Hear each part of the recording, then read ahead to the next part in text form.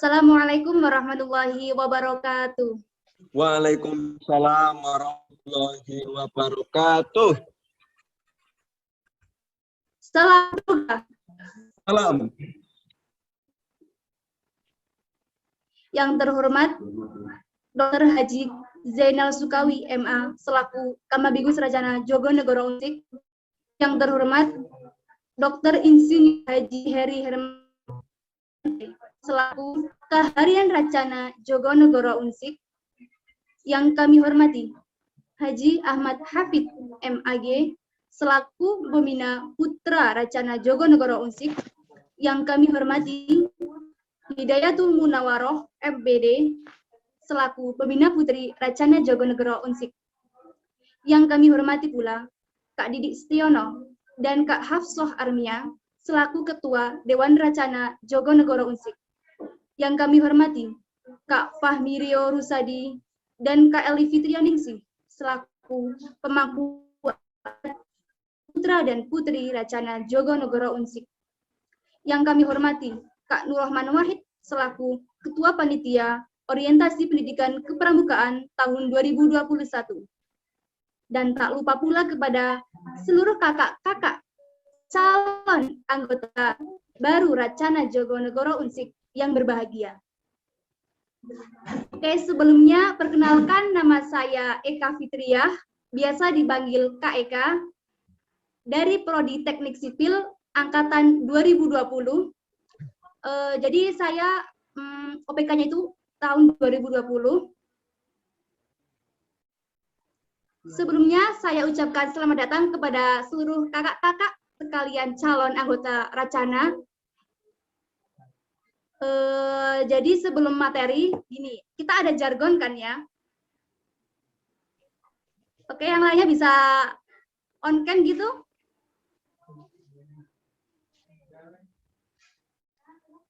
Ayo kakak-kakak, kita jargon bareng-bareng. Jadi kalau saya bilang OPK 2021, kakak-kakak nanti bilang gerakannya gini. Tunas, transformatif, bersinergi. Seperti itu ya. Oke, yang lainnya ayo dong, on cam-nya dong.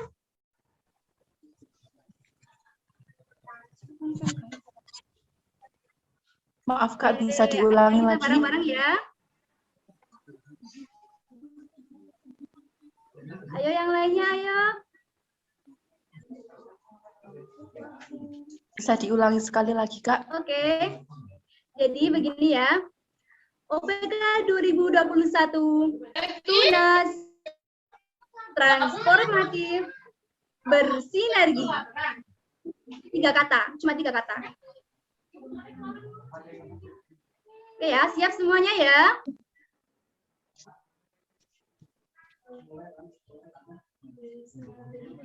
OPK 2021, tunas, transformatif, bersinergi.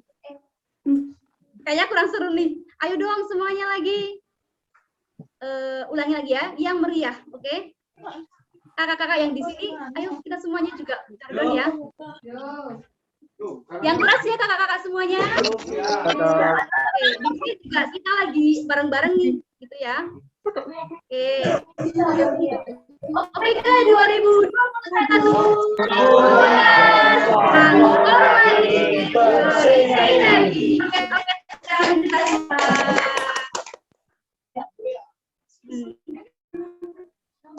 Oke, pada kesempatan kali ini kita didampingi nih sama pemateri kece dari jadi materi kali ini kita ada kepemimpinan.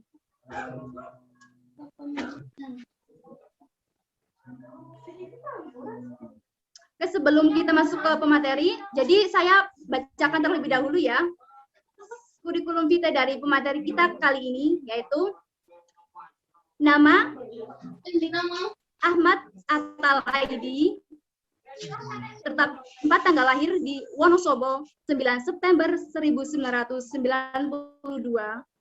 alamat ke Dewan RT 7 RW 1 Sudung Dewo Kertep. Pekerjaan sebagai guru pendidikan agama Islam di SMP Negeri 3 Kalikajar. Riwayat pendidikan kepramukaan yaitu telah melaksanakan KMD pada tahun 2014. Selanjutnya telah melaksanakan kegiatan KML pada tahun 2017. Pengalaman organisasi. Waduh, lumayan banyak nih guys. Ini ya, saya bacakan ya. Jadi beliau ini telah mengikuti organisasi dari Racana, BEM, PMII, IPOS, serta Ansor. Moto hidupnya, don't think to be the best, but think to the best in order to the best. Ya, jelas ya. Jadi begitu CV dari pemateri kita kali ini. Sebelum kita ke pemateri, jadi dalam materi ini nanti peserta itu ditujukan untuk mampu menerapkan public speaking, problem solving, sama critical thinking. Jadi nanti juga peserta harus bisa mampu menyebutkan arti kepemimpinan dan penerapan dalam kehidupan sehari-hari. Nanti di saat sesi terakhir, kakak buka ini sesi tanya jawab. Bagi 2 pertanyaannya, cukup 2 aja. Jadi nanti bagi peserta yang ingin menyampaikan pertanyaan ataupun tanggapan bisa lewat kolom chat ataupun bisa langsung raise hand gitu ya, pakai itu. Terus bisa on mic. Oke, tanpa basa-basi lagi, mari kita sambut pemateri kita yang kece kali ini. Kepada Kak Ahmad Atal Aidi, kami persilahkan. Ya, baik.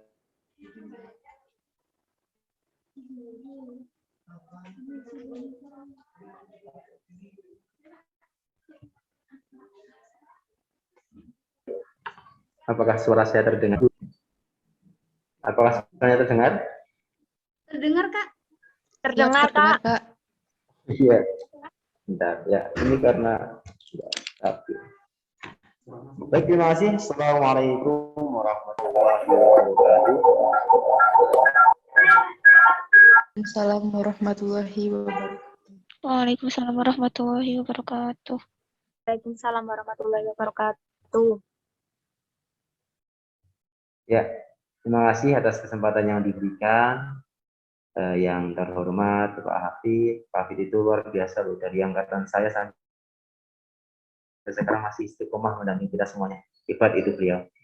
Kemudian yang kami hormati juga Kak Didik dan Kak Arnia ya, selaku KDR kita. Juga teman-teman panitia OPK, lebih-lebih khusus kepada seluruh peserta OPK yang pada kali ini cukup spesial, luar biasa, karena kita masih dalam suasana pandemi dan mau tidak mau kita masih harus tetap melaksanakan prokes. Alhasil OPK kali ini masih tetap melalui daring. Tak masalah, semoga tidak mengurangi sedikit pun rasa semangat kita untuk berproses di Racana di kemudian hari. Mohon maaf, pandangan saya kelihatan ke depan karena kamera saya ini laptopnya rada unik di keyboard sini, di bawah keyboard. Jadi kalau saya hadap ke keyboard saya nggak lihat kalian di layar, jadi lihatnya ke sini terus. Nah, makanya saya jadi hanya ke depan. Makanya kelihatannya lihat siapa gitu ya, karena memang ini laptopnya rada unik. Aman ya suara saya. Nanti kalau suara saya nggak terdengar bisa tekan saja, karena saya masih di sekolahan. Oke, terima kasih. Dan sebelumnya saya pribadi mengucapkan selamat datang di dunia baru kepada mahasiswa-mahasiswa baru yang kali ini tergabung di dalam OPK. Mungkin meskipun ada yang mungkin dari semester 3, tapi lebih banyak saya lihat itu semester awal atau memang mahasiswa baru ya. Selamat datang, selamat bergabung, selamat berproses, selamat menyiapkan diri kalian menjadi manusia sesungguhnya. Ya. Oke, dan satu hal yang perlu saya sampaikan kepada Nanda sekalian, mohon maaf, ke bawah anak-anak SMP, kepada kakak-kakak sekalian, bahwa kakak-kakak semuanya sekarang adalah masuk kepada dunia yang baru, di mana dulu mungkin ketika SMP, SMA, SMK dan seterusnya masih seperti itu, ya, segala potensi, segala kemampuan, segala apa yang jenengan punya itu kadang belum bisa terlihat sepenuhnya. Dan di kampus, di tataran universitas mahasiswa inilah nanti kakak-kakak akan menemukan jati diri kakak semuanya. Maka dari itu, sekali lagi selamat berproses, manfaatkan kesempatan kakak-kakak untuk menggali segala potensi yang kakak miliki melalui organisasi-organisasi yang ada di dalam Unsik. Perlu diingat Kak, bahwa banyak sekali teman-teman saya yang sebelumnya tidak terlihat apapun potensi, kemampuan, dan kelebihannya, tapi bisa mulai muncul setelah dia berproses di kampus. Banyak sekali yang mulai kelihatan bakatnya, mulai kelihatan kelebihannya itu setelah dia di kampus. Di SMA biasa saja, secara akademik pun tidak begitu menonjol. Kemudian secara pengalaman organisasi pun biasa, bahkan ketika dia disuruh dihadapkan untuk berpendapat di depan umum pun masih belum berani sepenuhnya. Nah, kemudian setelah di kampus, mulai masuk kampus dan ikut organisasi, dia mulai berdiskusi, mulai perbanyak baca buku, sehingga dia mulai terlihat dan mulai muncul ternyata memiliki kelebihan yang di luar dugaan sebelumnya. Banyak sekali teman-teman kakak yang teman saya ya yang seperti itu. Ada yang sekarang jadi pengurus PB di pusat PBPMDI, kemudian juga di PBNU juga ada. Banyak sekali orang-orang hebat yang sebelumnya tidak terduga sama sekali. Di semester 1-2 berproses bersama saya itu, waduh, gimana ya? Bukannya gimana-gimana, tapi memang nggak melihat menonjol sedikit pun. Tapi itu karena prosesnya terus dia semangat, terus aktif, ya. Akhirnya dia bisa sampai pada titik yang sekarang sedang mereka jalani. Jadi pengantar saja ya. Dan juga kakak perlu diketahui bahwasanya semua manusia itu sama kak. Jadi kakak nggak perlu minder, nggak perlu down ketika masuk di dunia yang baru di tataran universitas ini. Ya, ini jangan justru harusnya tertantang bagaimana supaya kemampuan, pola pikir dan semua yang ada di dalam diri kalian itu bisa dikembangkan lebih lagi, gitu, ya. Karena otak manusia itu sekali lagi yang saya tadi sampaikan sama. Ibaratnya kalau kita otak dibiarkan saja itu lama-lama akan membeku. Tapi kalau otak kita gunakan untuk berpikir terus, berproses, berdiskusi, baca dan sebagainya, maka lama-kelamaan akan encer dan akan memunculkan ide-ide brilian, akan memunculkan kemampuan-kemampuan yang itu kadang di luar nalar kita semua. Gitu. Saya contohkan kisah bahwa ada seorang guru yang memiliki murid, dia itu termasuk murid yang sangat spesial karena bisa dikatakan di bawah rata-rata dibanding murid yang lain. Kalau mohon maaf bisa dikatakan ya tidak pintar begitu. Namun dia tidak pernah menyerah, dia terus gigih ya. Bahkan pernah saking frustasinya dia pun menemui gurunya. Dia bilang, "Guru, saya mau dikasih toh cara-caranya biar supaya saya itu encer, saya kok susah sekali mengikuti pelajaran, bagaimana seharusnya yang harus saya lakukan?" Gurunya pun kemudian memberikan suatu tugas kepada murid tersebut. Murid tersebut ini kebetulan pas musim dingin ya, musim dingin, banyak salju, banyak es dan sebagainya. Ini di luar negeri, saya gambarkan di luar negeri. Dia diberikan tugas untuk membawa 2 buah ember yang berisi air. dia disuruh dibawa ke tengah-tengah salju di musim dingin tersebut. Satu ember dia suruh letakkan saja, yang satu ember dia suruh digoyang-goyangkan, diputar-putar dan sebagainya. Dia pun melaksanakan dengan sukacita, meskipun tidak tahu apa makna di balik ini semua. Kenapa guru saya menulis seperti ini? Dia pun di tengah sana, tengah-tengah salju, yang satu ember diletakkan, satu ember diputar-putar terus begitu. Dan apa yang terjadi setelah sekian saat, ember yang diletakkan saja itu yang berisi air ternyata membeku, dan air yang diputar-putar, diobok-obok terus, airnya tetap mencair. Itulah ibaratnya otak. Jadi otak itu ketika digunakan terus, dibuat berpikir terus, maka lama-kelamaan justru malah tambah baik, tambah pintar. Kebalikannya kalau otak hanya didiamkan, buat santai-santai, buat tidur dan sebagainya, juga lama-lama. Itu hanya sekedar buat pengantar saja untuk motivasi kakak-kakak sekalian selaku mahasiswa baru di Universitas Sains Al-Quran. Okay. Baik, kita akan langsung mulai untuk materi kali ini. Nanti dengan saya kita akan bareng-bareng berdiskusi, ya, berdiskusi terkait dengan apa itu kepemimpinan, gitu ya. Monggo kakak dari panitia bisa ditampilkan slide-nya. Bisa ditampilkan. Halo, Kak Taufik, slide-nya mana?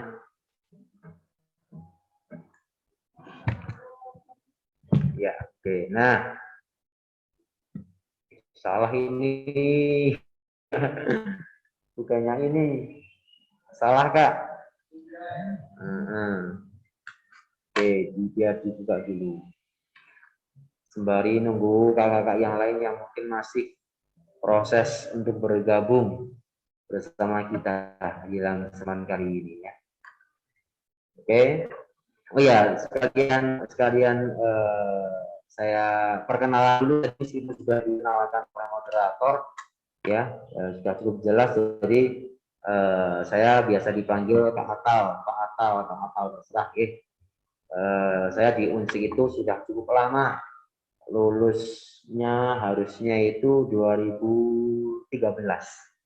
Tapi saya wisudanya itu 2015. Biasa ya. Jadi aktivis orang molor kuliah orang asik ya, pokoknya. Jadi ini aku kuliah itu rada molor 1,5 tahunan. Nggak jadi soal karena memang di kampus itu ya kesempatan kita untuk menggali ilmu sebanyak-banyaknya supaya nanti bisa diterapkan di kehidupan yang sungguhnya, gitu ya. Begitu. Mana ini slide-nya kok belum datang? Moderator, oke, slide-nya belum ya? Tunggu sebentar, Kak, lagi dicarikan sama itu. Oke, siap, nggak apa-apa. Sambil suara saya jelas ya? Oke, saya tahu nggak? Nah, saya bercerita-cerita lagi nggak apa-apa? Oh iya, oke, siap ya, baik. Pak, saya lanjutkan lagi. Jadi saya itu mahasiswa yang cukup lama. Mungkin kalian masih SD atau SMP mungkin dulu ya pas saya masuk atau pas saya lulus gitu. Tapi nggak ada soal. Yang jelas gini Kak, kalian semuanya ikut pramuka itu tidak ada ruginya. Justru harusnya kalian harus bangga karena kalian merupakan orang-orang yang terpilih, orang-orang pilihan. Tidak semua orang itu terbuka hatinya untuk dapat bergabung di pramuka. Apalagi sebagai orang pendidik, mohon maaf ya. Bukan pendidik pun juga pramuka akan sangat luar biasa manfaatnya jika nanti kalian sudah menjalani kehidupan yang sesungguhnya di masyarakat maupun setelah pasca kalian lulus dalam kampus ini. Pengalaman saya pribadi, oh ini sudah muncul ya. Oke, ya. Diambil aja. Baik. Jadi pengalaman saya pribadi ketika mengikuti pramuka dulu, saya pramuka itu dari SMP sudah ikut pramuka aktif, SMA juga, kuliah juga sama. Nah, dulu waktu saya ikut pramuka itu tidak ada pikiran apapun, sedikit pun terkait dengan apa sih nanti manfaatnya pramuka buat saya, itu enggak sama sekali. Saya hanya mengikuti prosesnya, saya senang dengan pramuka sehingga saya jalani saja segala apa yang ada di dalamnya tersebut. Dan ternyata setelah lulus kuliah, setelah selesai dan saya bekerja, kemudian menapak kehidupan yang sesungguhnya, barulah di situ terasa, wow, ternyata inilah ilmu yang saya dapatkan dulu di pramuka, bisa seperti inilah dan sebagainya. Kalau saya ceritakan materi nanti enggak cukup, karena ini sudah muncul slide-nya, kita langsung materi dulu. Nanti kalau sudah masih bisa waktu, kita boleh nanti kita sharing-sharing lagi terkait dengan pengalaman-pengalaman kakak dan juga saya untuk motivasi kita ke depannya supaya dapat membawa Racana lebih baik lagi. Baik, ya, hari ini kita akan berdiskusi bersama tentang kepemimpinan. Ya, tentu ketika bicara tentang kepemimpinan, ya kita merujuk pada salah seorang sosok di mana dia orang yang patut kita patuhi, patut kita ikuti, dan harapannya orang tersebut dapat pula sebaliknya membimbing dan mengarahkan kita, kan begitu. Nah, pada hari ini kita akan bahas tentang itu. Apa saja yang akan Kak Atal bahas? Yang pertama yaitu nanti akan kita bahas tentang pengertian. Coba di next Kak, slide-nya.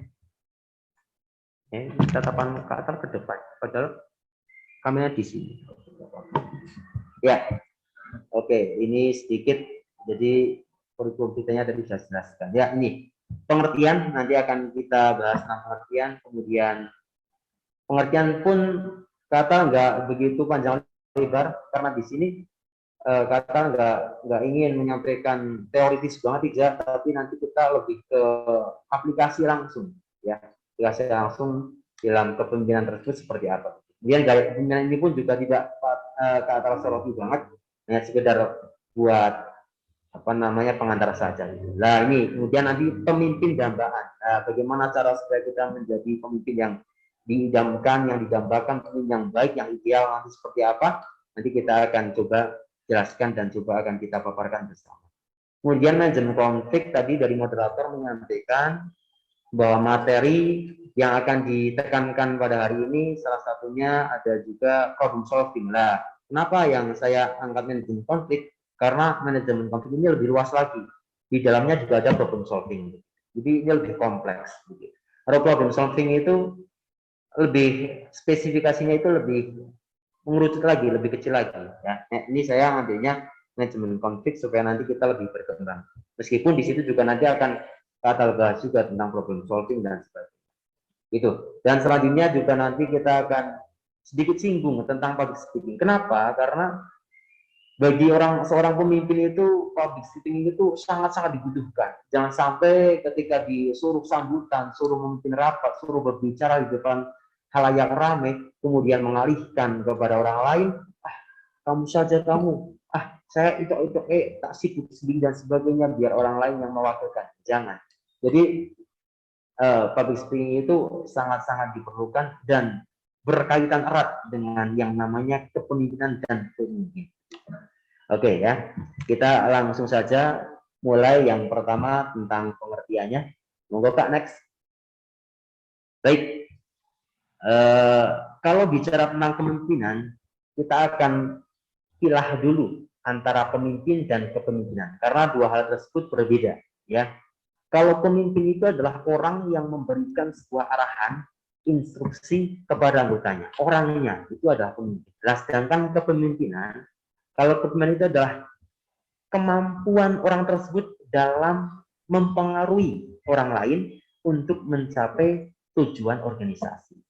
Bagaimana proses seseorang itu dalam mengatur, dalam mengelola, dalam mengarahkan kepada timnya untuk tujuan organisasi. Itu. Jadi dua hal ini berbeda.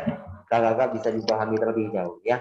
Pemimpin orangnya, kalau kepemimpinan prosesnya di dalam mengatur, mengelola, mengarahkan dan sebagainya. Kemampuan orang dalam memberikan arahan, instruksi dan sebagainya.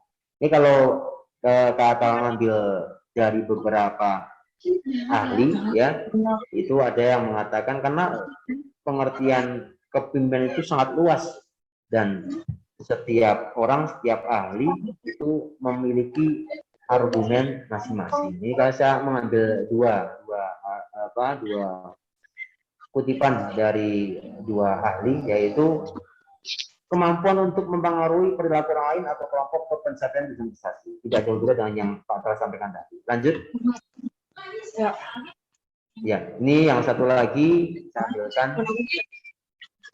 juga dari salah seorang ahli yang mengartikan bahwa kepemimpinan itu yaitu kemampuan untuk memutuskan apa yang harus dilakukan dan mengajak orang lain agar mau melakukannya. Itu adalah sedikit pengantar tentang pengertian perbedaan antara pemimpin dan kepemimpinan.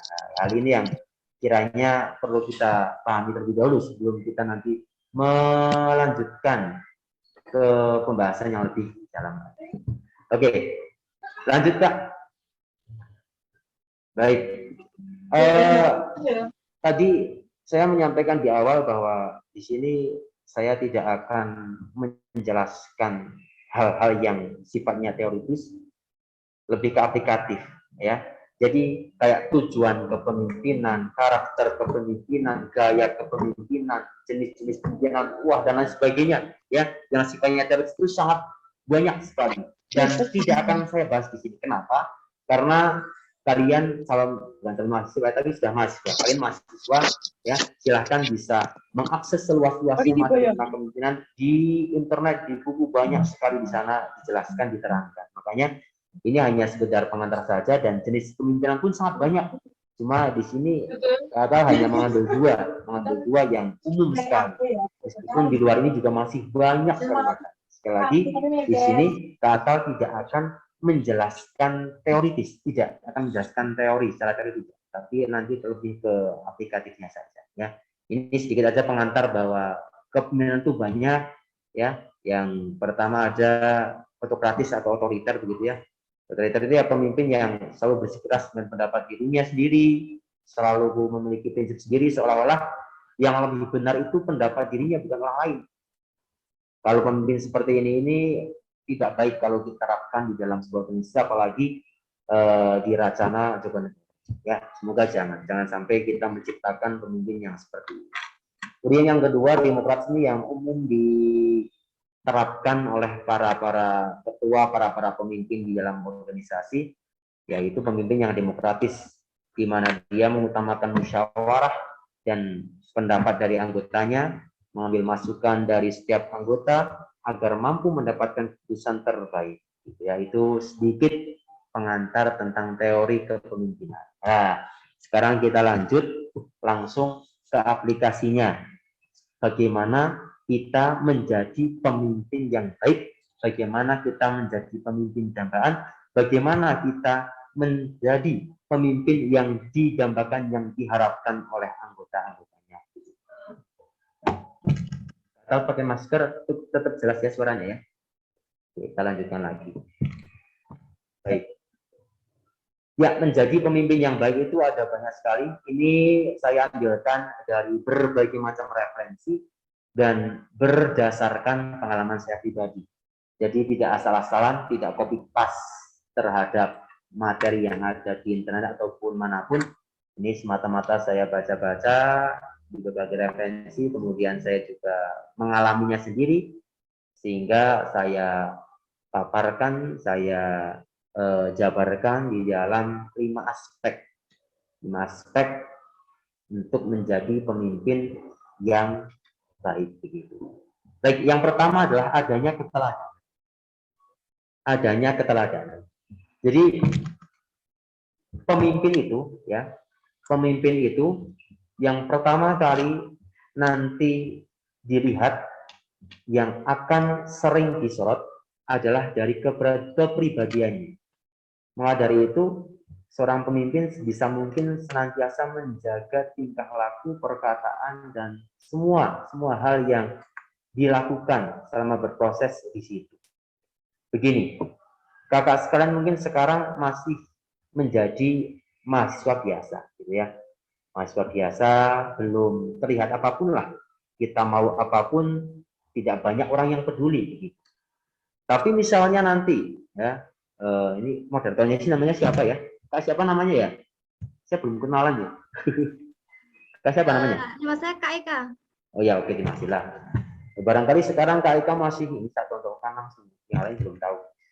Barangkali sekarang Kak Eka masih menjadi mahasiswa biasa, gitu kan ya, belum banyak disorot, mau melakukan apapun juga tidak banyak orang yang peduli. Tapi ketika nanti Kak Eka menjadi seorang pemimpin, dipercayai, ditanggung-jawabi untuk memimpin sebuah organisasi, maka mulai dari itu Kak Eka akan menjadi pusat perhatian. Segala tindak tanduknya akan senantiasa diperhatikan dan disorot. Bagi orang-orang yang mungkin tidak begitu serg dengan kita, maka akan senantiasa mencari kesalahan yang kita lakukan. Bagi orang-orang yang suka dengan kita, justru tambah akan memperhatikan kita seperti apa dalam kita bertindak, seperti apa dalam kita berkata dan sebagainya. Maka dari itu, ketika nanti kakak sekalian dipercayai untuk menjadi seorang pemimpin, satu hal, jaga tingkah laku, jaga perilaku, jaga perkataan itu sangat-sangat penting, ya. Karena sekali lagi yang perhatikan kakak itu bukan hanya satu dua lagi, tapi semua, terutama yang ada di dalam organisasi akan senantiasa mengawasi kakak selaku pemimpin dalam organisasi tersebut. Lebih-lebih ketika nanti seorang pemimpin kemudian melakukan tindakan yang tidak baik, maka bukan hanya pemimpin tersebut yang akan terkena, tapi juga organisasi di mana dia menaunginya, maka akan terkena imbasnya pula. Jadi sekali lagi sebagai pemimpin harus bisa menjadi contoh, menjadi teladan dalam apapun itu. Contohkan konkret, misalkan gini, kakak sebagai Kak Eka misalnya sebagai ketua ya KDR Racana gitu, mengagendakan rapat pukul 1 misalkan gitu ya. Nah, sebisa mungkin sebelum jam 1 itu kakak sudah siap. Sehingga dari situlah nanti akan mulai tercipta kepercayaan ya dari anggota terhadap pemimpinnya. Kita tunjukkan bahwa kita itu betul-betul membuat agenda juga dapat mempertanggungjawabkan. Perkara misalnya yang lain, anggota yang lain tidak dapat konten, itu nggak jadi soal. Nggak jadi soal. Yang penting kita mulai dari diri kita sendiri untuk berdisiplin. Itu hal contoh kecil. Ya. Ingat kakak-kakak sekalian bahwa pemimpin itu harus memiliki sifat kepemimpinan. Tapi tidak semua sifat kepemimpinan dimiliki seorang pemimpin. Ya, jadi gini, sederhananya begini, Kak Eka mungkin belum menjadi seorang pemimpin dan kakak-kakak yang lain di sini. Tapi barangkali di dalam dirinya Kak Eka itu terdapat jiwa-jiwa kepemimpinan yang sebetulnya justru malah dimiliki dibanding dengan ketua yang menjabat sekarang, misalnya seperti itu. Jadi kalau kita setiap orang itu memiliki jiwa kepemimpinan. Nah, nanti ketika kita diamanai sebagai pemimpin, maka kepemimpinan tersebutlah waktunya untuk bisa diterapkan dan dipraktekkan. Itu satu, adanya keteladanan. Kemudian yang kedua, sebagai seorang pemimpin itu jadilah seorang mentor, bukan seorang mandor. Kalau kita tahu bahwa mandor itu kesannya ya, atau dalam dinas kita itu mandor itu hanya dulu saja, hanya menyalah-nyalahkan saja begitu. Tapi kita diharapkan menjadi mentor yang tidak hanya menyuruh, tidak hanya menyalahkan, tapi juga membimbing, mengarahkan dan mendampingi hingga dia bisa sesuai dengan track yang dilaksanakan. Jadi begini, kalau mentor itu ya, itu misalnya Kak Eka salah ini ya, salah ini, tidak hanya disalahkan tapi sekarang dibimbing. Oh, oke Kak Eka, kamu itu buat surat itu jangan kayak gitu, mosok surat kok ini kopnya kayak gini, tandanya gini, ini salah ini. Kalau kayak gitu kok itu repot. Nah, kalau kamu hanya seperti itu termasuk jiwa-jiwa mandor. Tapi kalau kamu setelah menyalahkan kemudian mengarahkan, nah, harusnya gini loh, kalau kop itu nanti seperti ini, terus tanda tangannya di sini, terus ini di sini gitu ya, coba dibagi lagi ya. Nah, namanya adalah jiwa pemimpin, jiwa-jiwanya mentor. Jadi nggak hanya menyalahkan, nggak hanya menyuruh saja, tapi juga memberikan aksi nyata. Berupa apa? Berupa contoh, berupa arahan, berupa bimbingan, berupa motivasi. Itu yang kedua ya. Kemudian lagi yang ketiga, lanjut aja ya. Yang ketiga, menjadi pemimpin yang baik itu kita harus bisa memberikan motivasi kepada anggota ya. Jadi perlu diingat bahwa kakak-kakak semuanya berproses di dalam organisasi itu tidak terus-menerus dalam kondisi semangat. Ada kalanya bosan, ada kalanya jenuh, ada kalanya down dan sebagainya. Itu pasti dan akan sering dialami oleh kakak-kakak, apalagi yang baru saja kenal atau bergabung dengan organisasi.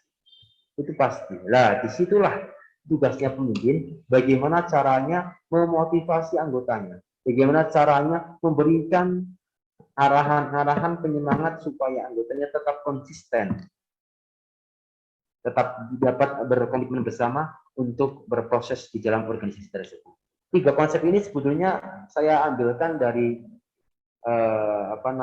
dari tulisannya Bapak Pendidikan Indonesia ya, Ki Hajar Dewantoro, yang menyebutkan, mungkin sudah tahu semua ya, bahwa pemimpin itu diibaratkan seperti ini, yang ingar sosong tulodo, ing madya maung kerso, tuturi handaya. Jadi yang di depan itu memberikan teladan. Ini seperti persis dengan yang poin pertama yang Mbak Atal sampaikan ya. Yang kedua, ing madya maung kerso, yang di tengah itu membangun semangat ya, motivasi, tidak malah dengan down dan sebagainya. Dan yang di belakang ya memberikan support. Maka ketika 3 konsep dari Ki Hajar Dewantoro ini diterapkan pula di dalam sebuah organisasi, terutama oleh seorang pemimpin, maka semuanya akan tercapai secara maksimal. Tidak jauh beda dengan yang Pak Atal sampaikan juga di dalam kesempatan kali ini ya, hanya berbeda bahasa saja. Itu. Jadi harus senantiasa memberikan motivasi kepada anggota. Dan satu hal yang perlu diketahui bahwa seorang pemimpin itu sebisa mungkin jangan pernah membeda-bedakan atau bahasanya membuat kelompok-kelompok tersendiri. Itu dihindari sekali. Karena ketika terjadi seperti itu, maka nanti akan mudah sekali terjadi sebuah konflik, sebuah persoalan, dan pasti organisasi akan berjalan secara tidak sehat. Itu jelas. Gitu ya. Selanjutnya yang keempat adalah bersikaplah terbuka kepada anggota. Pemimpin itu tidak boleh anti kritik, tidak boleh anti saran, harus terbuka dengan segala sesuatunya. Ketika salah ditegur, ya diterima. Kalau memang baik ya dievaluasi. Kalau memang salah ya diklarifikasi. Begitu. Jadi tidak boleh seorang pemimpin terus tidak mau menerima kritikan, saran, memiliki apapun terkait dengan organisasi, permasalahan yang ada tidak mau diceritakan, tidak mau disampaikan, itu kurang tepat. Jadi bisa mungkin seorang pemimpin itu terbukalah, tidak hanya dengan BPH atau dengan wakilnya atau dengan sekretarisnya saja, tapi semua anggota. Bisa mungkin kalau memang itu perkara-perkara menyangkut organisasi, dimusyawarahkan bersama terhadap anggota yang lain. Supaya apa? Supaya menemukan solusi yang terbaik bagi organisasi tersebut. Yang terbuka. Itu. Kemudian yang selanjutnya lagi, memberikan tanggung jawab terhadap anggota. Ini yang kadang rada susah gitu ya. Ketika kita melihat potensi dari teman-teman kita, anggota-anggota kita, itu secara kemampuan mungkin belum begitu tepat di bidangnya, tapi karena tidak ada lagi, ya akhirnya kadang yang tandang ketua nih dewek. Ada apa-apa, ya kita yang tandang, kita yang melaksanakan, kita yang mengerjakan. Jadi jangan, kita harus memberdayakan teman-teman kita, anggota kita, untuk juga ikut berproses di jalannya. Karena dari itulah nanti akan berkembang kemampuan mereka. Ketika anggota diberi tanggung jawab, maka disitulah biasanya akan mulai muncul kemampuannya, mulai muncul potensinya, dan mulai berkembang apa yang ada di dalam dirinya terhadap organisasi tersebut.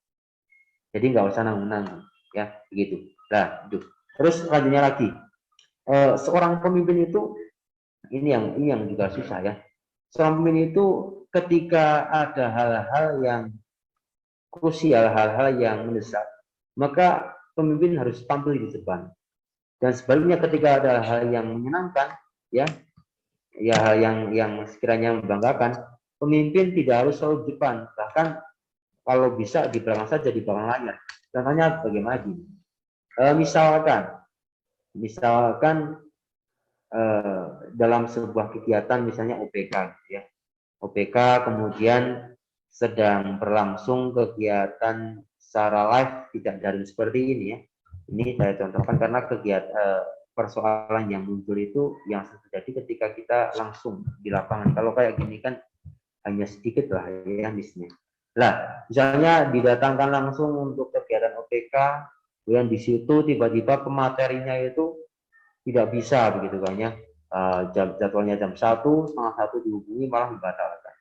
Nah, di situ peran pemimpin dibutuhkan dan harus terdepan di situ. Karena bagaimanapun itu tanggung jawabnya organisasi, lebih-lebih pemimpin. Jangan malah menghilang, jangan malah ya silahkan ketua panitia itu kenapa bicaraan dan sebagainya. Jadi jangan, kita di depan, kita bantu cari solusi terbaik. Apakah nanti kita hubungi pemateri lain, alumni lain, atau diisi dulu kegiatannya dengan kegiatan review atau kegiatan pendalaman lain dan sebagainya. Ya itu harus membutuhkan tindakan yang cepat dan tepat orang pemimpin dalam keadaan seperti itu. Nah, itu hal yang sekiranya krusial, hal yang masalah-masalah mendesak, pemimpin harus berada di depan, paling depan. Sebaliknya kalau ada hal yang menyenangkan, ya itu tidak harus di depan. Jadi misalnya di dalam kepanitiaan tersebut telah melaksanakan kegiatan secara sukses, secara mewah, secara meriah, dan misalnya dananya sisa banyak begitu kan, itu kan suatu hal yang membanggakan bagi sebuah organisasi. Nah di situ tidak ini loh merga ketuanya aku, ketuanya merga aku, enggak ya. Jadi kita apresiasi saja kepada teman-teman yang sudah bekerja di lapangan. Jadi kita di belakang saja, terima kasih, selamat pada kalian-kalian yang berhasil dan lain sebagainya. Itu hal-hal yang singkat, hal yang sederhana yang sedikit bisa Kak Atal sampaikan begitu. Kemudian tanya lagi begini kakak-kakak sekalian, pemimpin itu di luar dari baca 5 ini ya, ini tak difilosofikan ke hal yang lain meskipun masih ada sangkut pautnya. Jadi kalau Kak Atal itu menggambarkan seorang pemimpin itu ya mengibaratkan seperti 5 jari kita. Ini 5.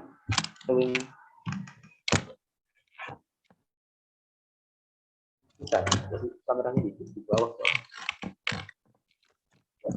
Seperti 5 jari ya. Jadi pemimpin itu kita filosofikan sebagai 5 jari kita. Kita memiliki ibu jari, jari telunjuk, jari tengah, jari manis, dan jari kelima. Jempol yang pertama itu jari ibu jari ya. Seorang pemimpin itu kita ibaratkan sebagai ibu jari atau jempol. Maknanya apa? Bahwa jempol itu simbol kebaikan, simbol positif ya. Kalau ada hal-hal yang baik pasti kita akan mengacung jempol. Wah, bagus, salut, keren, terima kasih gitu ya. Nah, maknanya apa? Bahwa sebagai seorang pemimpin itu harus seperti ibu jari, murah dalam memberikan apresiasi terhadap anggotanya. Jadi ketika ada anggota yang baik, ada anggota yang berhasil, tidak perlu sungkan, tidak perlu pelit dalam memberikan penghargaan, memberikan apresiasi, memberikan pujian kepada anggota-anggota tersebut. Tidak bisa kita pungkiri lagi bahwa kita sebagai manusia itu senang dipuji, meskipun kita sudah tua, sudah dewasa itu. Kadang di organisasi, di dalam rapat, kemudian kita sedikit diberikan kata-kata yang indah, kata-kata yang baik untuk diri kita, maka kita pun secara tidak langsung akan memiliki sebuah kebahagiaan dan kebanggaan. Jadi sering-seringlah seorang pemimpin itu seperti ibu jari, sering-seringlah memberikan apresiasi. Apresiasi itu tidak hanya berupa barang, tidak hanya berupa benda saja, bisa hanya sekedar ucapan yang sederhana, yang simpel, tapi justru itulah yang akan menjadikan motivasi tersendiri oleh setiap anggota. Lebih-lebih misalnya kita apresiasi dengan dengan benda atau barang itu lebih baik lagi. Ya, taruh kata misalnya, ya kala-kala yuk ini kita sudah sukses melakukan kegiatan, oke yuk tak gratis ya kala bareng-bareng. Itu lebih hebat lagi kalau pemimpin bisa seperti itu. Ya. Jadi jangan sungkan untuk memberikan apresiasi sebagaimana jempol di dalam setiap tingkah lakunya ketika melihat hal yang positif, pasti jempol selalu Jepang. Kemudian yang kedua adalah jari telunjuk. Jari telunjuk ini maknanya adalah kita itu sebagai pemimpin ya itu harus memiliki wewenang dalam memberikan instruksi, memberikan arahan. Kalau jari telunjuk kan biasanya identik dengan kita menyuruh ya, tolong itu diambil sih, ayo coba pergi ke sana, itu kan menggunakan jari telunjuk, namanya wewenang. Ya, jadi kita sebagai pemimpin itu seperti itu kita juga mempunyai wewenang untuk memberikan arahan, memberikan bimbingan untuk menyuruh kepada anggotanya melaksanakan sesuatu yang itu untuk kepentingan organisasi. Tapi tidak hanya menyuruh saja, kita juga harus tetap mengimbanginya dengan mendampingi dan mengarahkan dan juga melakukan bimbingan dan sebagainya. Jadi kita pemimpin itu diperhatikan sebagai jari telunjuk yang memiliki wewenang dalam menemukan sesuatu. Tapi juga harus memiliki prinsip, jangan sampai kita terombang-ambing, jangan sampai kita mudah terprovokasi, apalagi mudah dipengaruhi. Itu repot sekali kalau pemimpin seperti itu. Pemimpin harus tegas dan harus memiliki prinsip dalam segala hal. Oke, taruh kata kita keputusan sekarang dalam forum kita memutuskan A. Terus nanti setelah dipikir, setelah berjalannya waktu, ternyata keputusan A ini kurang strategis, ini kita harus ganti, kita harus alihkan kepada keputusan B. Itu kalau memang menjadi kesepakatan anggota secara umum tidak jadi soal. Tapi ketika perubahan kebijakan tersebut hanya dikarenakan oleh 1-2 orang yang pengaruh di belakang, mbok itu wae sih aduh kae akhirnya dirubah, tiba-tiba jadi B. Setelah dirubah dari B ada lagi anggota yang mempengaruhi di belakang. Mbok jangan itu sih, mbok C saja, dirubah lagi jadi C. Itu yang gawat dan itu tidak baik kalau kita tetap menerapkannya di dalam organisasi, ya. Itu dampaknya sangat fatal. Itu. Kemudian yang ketiga, saya filosofikan pemimpin itu seperti jari tengah. Jari tengah itu kan tidak ke kiri juga tidak ke kanan. Artinya apa? Dia dapat menjadi penyeimbang. Dia dapat menjadi balancing bagi anggotanya dalam segala hal. Tidak boleh pemimpin kemudian nanti bahasanya pilih kasih si A karena dekat terus dibiarkan aja meskipun salah, si B karena jauh, maka ketika ada tugas-tugas langsung saja diperbanyak tugasnya dan lain sebagainya. Itu tidak proporsional ya. Jadi kita harus menjadi penyeimbang dari dua sisi, harus adil. Nggak boleh pemimpin itu nggak adil, nggak boleh gitu ya. Nah itu. Jadi jari yang ketiga tengah itu saya ibaratkan seperti itu. Yang kemudian yang selanjutnya adalah jari manis. Jari manis ini simbol kemanisan ya. Kita kalau nikah gitu, kalau mau lamaran, kalau mau apapun itu kan kadang yang dipakai ini itu jari manis kan gitu. Jari manis. Nah, kita sebagai pemimpin diibaratkan sebagai jari manis di mana kita dapat diterima dengan manis, dengan indah, dengan terbuka oleh anggotanya. Syukur-syukur kita menjadi pemimpin yang dicintai, itu yang diharapkan. Jadi kita harus punya senyum, ya kita harus tahu diri bahwa kita itu sebagai pemimpin tidak dapat berdiri sendiri. Kita membutuhkan teman-teman kita, membutuhkan anggota kita untuk melaksanakan prosesnya organisasi ini menuju tujuan yang sudah direncanakan. Kalau kakak-kakak lihat jari manis ini, kalau kakak letakkan diangkat sendiri nggak bisa, susah. Kalau jempol kemudian jari telunjuk jari tengah masih bisa, kelingking bisa, tapi kalau jari tengah coba diangkat itu nggak bisa. Itu memberikan makna bahwa seorang pemimpin itu tidak bisa berdiri sendiri. Dia butuh sokongan, butuh dukungan dari teman-temannya supaya dapat menjalankan desain dan sebagainya. Makanya sehebat apapun seorang pemimpin, secanggih apapun seorang pemimpin, tidak ada apa-apanya tanpa adanya dukungan, tanpa adanya penyeimbang dari anggota yang lain. Itu. Jadi tak diperhatikan sebagai jari emas. Yang ketiga, yang terakhir adalah jari kelingking. Jari kelingking ini adalah simbol perdamaian. Jadi seorang pemimpin itu harus dapat mendamaikan, harus dapat menengahi, harus dapat memberikan rasa aman, rasa nyaman terhadap organisasi, terhadap anggota. Jangan malah pemimpin tersebut justru menjadikan ancaman buat diri. Jadi pemimpin itu harus seperti ibu jari. Jadi kan kalau ibu jari klik itu kan kalau kita lagi ada apapun, kadang anak kecil pis damai itu kan pakai jari. Ya, simbol kedamaian. Jadi seperti itu kakak-kakak sekalian gambaran. Dan ini kakak pun akan berpesan kepada kalian semuanya, terutama pada kakak-kakak yang sedang menjabat sekarang ini di dalam kepengurusan Racana, ya. Mumpung masih panjang ini, apalagi Kak Didi dan Kak Armia kan tidak lama lagi akan purna tugas, ya, akan purna tugas. Dalam masa waktu, silahkan mulai sekarang untuk pola kaderisasinya diterapkan. Untuk pola kaderisasinya dijalankan. Dengan cara apa? Kalau saya dulu itu menggunakan sistem seperti ini. Pokoknya saya menekankan kepada teman-teman itu, ciptakan periode kepengurusan selanjutnya setelah kita ini, ciptakan orang-orang yang seperti kita. Ya, ciptakan akal yang selanjutnya. Ciptakan KEK yang selanjutnya. Misalnya sekretaris, ya ciptakan sosok sekretaris yang seperti kalian, seperti kami. Bagaimana caranya? Dengan cara melakukan pendekatan emosional antara person ke person.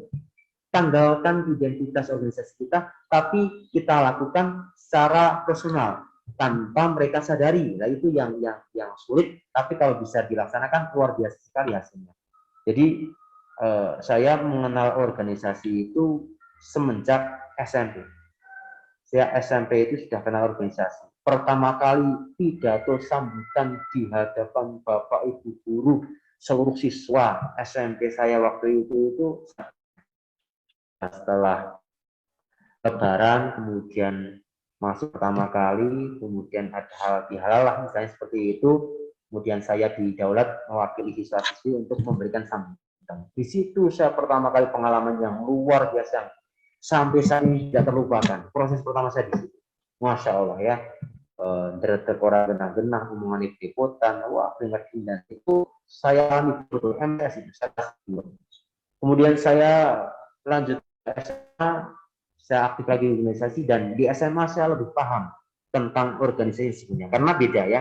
Kalau di SMP SMA itu kita masih didampingi oleh pembina kita, Bapak Ibu guru kita. Tapi kalau di tataran kampus kan kita sudah mandiri, kita sudah dilepas ya. Pembina itu hanya sekedarnya saja. Lah, di SMA itu, ini sedikit saya ceritakan tentang pola kaderisasi yang tadi saya sampaikan. Di SMA itu saya memiliki kakak kelas yang sangat hebat. Dia ketua OSIS waktu itu. Kemudian jadi saya kelas 1, saya sering sekali diajak kemana-mana sama beliau. Beliau sekarang itu menjadi orang sukses lah, jelas ya. Dulu kuliahnya di UI pun dia tetap menjadi aktivis, sempat juga menjadi ketua BEM di sana, luar biasa sekali. Jadi SMA saya orang hebat itu yang saya tahu hanya dia dulu ketua OSIS ya, orang temanku waktu itu. Nah itu, dia itu sangat luar biasa, yang menjadikan saya sangat terinspirasi itu, dia dalam mengkader saya itu, saya tidak sadar begitu. Jadi sering sekali sore hari gitu kan, sore hari saya diajak ke sekolahan, ke sekolahan gitu, mau pemas gitu, ya melu wae di sekolahan, ke kantor OSIS, diajak membuat proposal sambil diarahkan ya proposal tuh ini loh, seperti ini, oh gitu, saya sambil belajar, saya nggak sadar waktu itu, oh kita kira memang bulan-bulan biasa.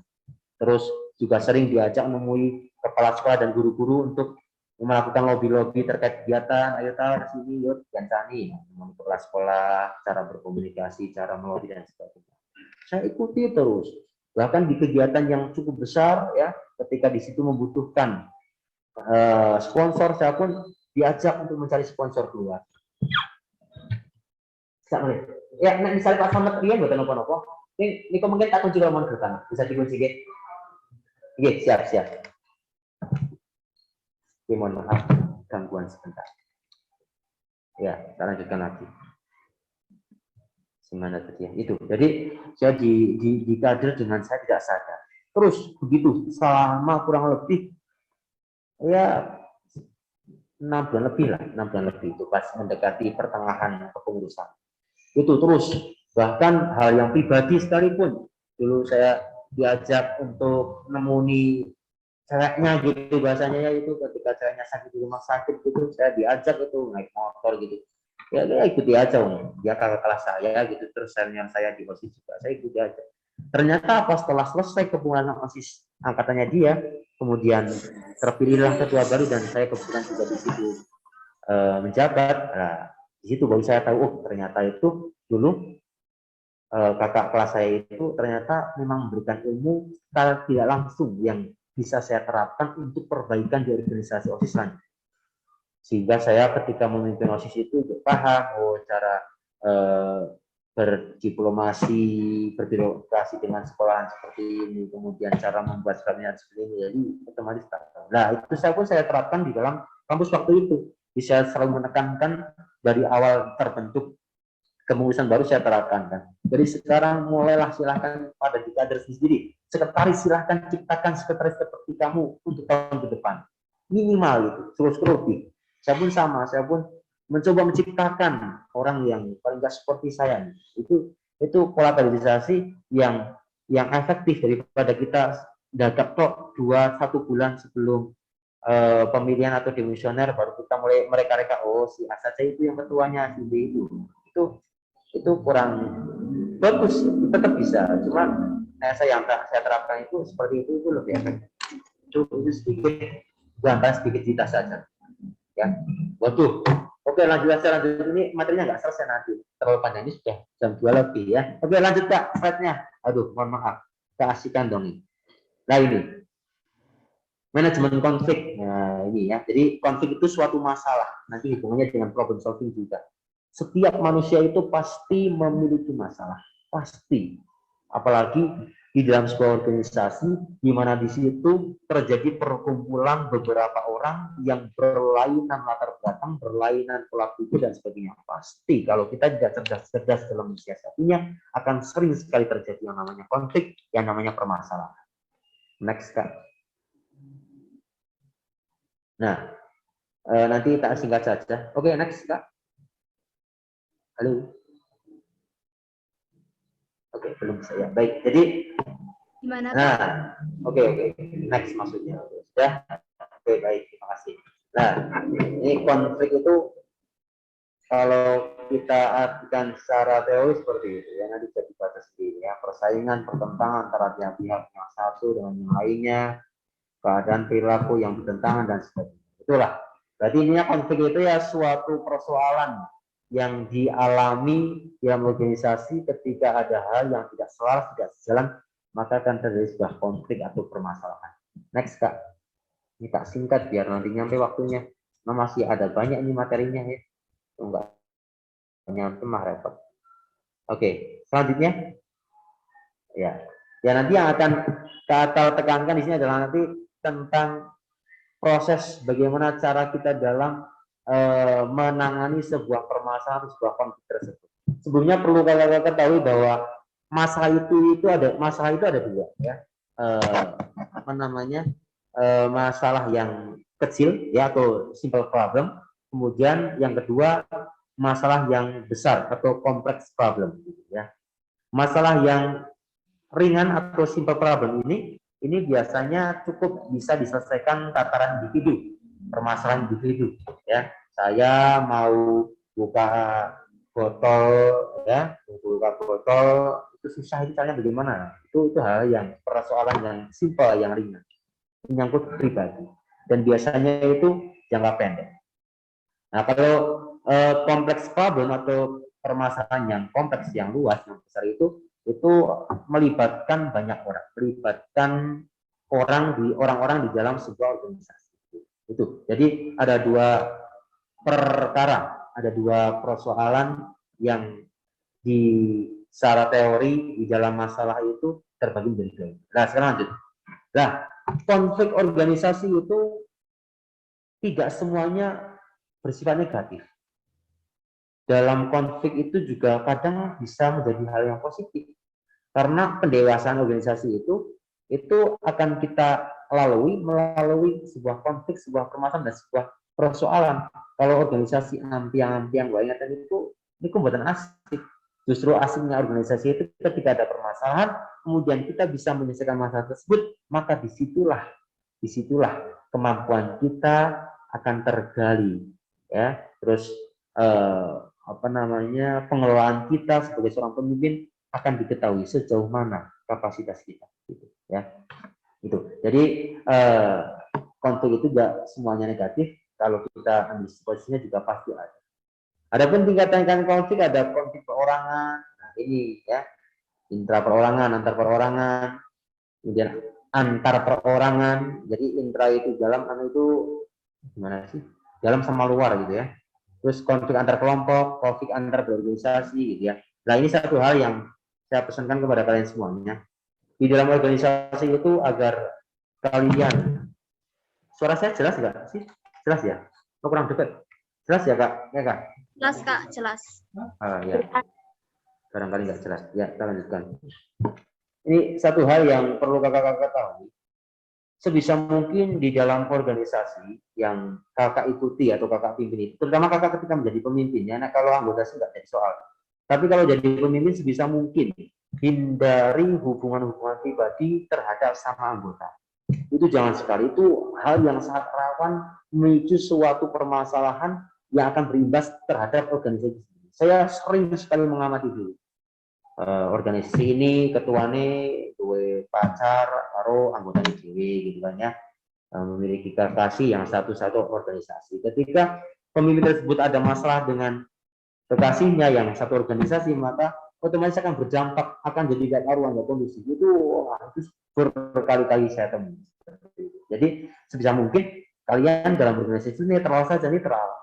Oke, kalau ada hubungan oke lah ya, tapi jangan ketua. Sebisa mungkin jangan ketua. Anggota silahkan. Anggota pun sebenarnya mengganggu, karena ketika ada persoalan pun nanti juga akan bebas di dalam organisasinya itu sendiri. Ya, itu hal yang simpel, tapi juga akan berdampak yang tidak baik buat organisasi kalau sampai terjadi. Makanya mumpung belum ini ya, kakak-kakak yang baru gabung di Racana melalui OPK ini, silakan nanti kalau sudah benar-benar menjadi pengurus Racana ya, kalau mau cari pasangannya di luar organisasi saja ya, di luar, jangan satu organisasi lah ya, kalau bisa, ketika kamu berproses. Itu seperti itu, menghindari hal-hal yang kita sampaikan tadi itu ya, konflik antar perorangan dan sebagainya ya, lebih-lebih konflik antar kelompok dan sebagainya. Nah, makanya tadi yang saya sampaikan, di dalam sebuah organisasi itu jangan pernah kamu mengkubu-kubukan, jangan pernah kamu mengkelompok-kelompokkan.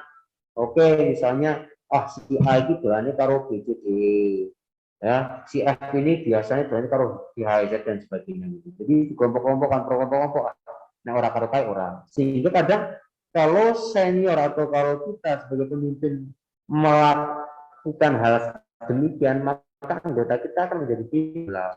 Kok sebenarnya kalau atau wah kayak kok mesti bareng-bareng satu banyak itu kok ya ini wah bagi jadinya akan menimbulkan yang tidak baik dan imbasnya sama lagi nanti organisasi juga yang kena kan.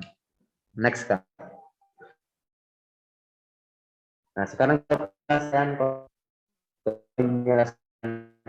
ketika atau masalah ketika mendapati sebuah permasalahan, sebuah persoalan, bagaimana cara kita menyelesaikannya, begitu ya.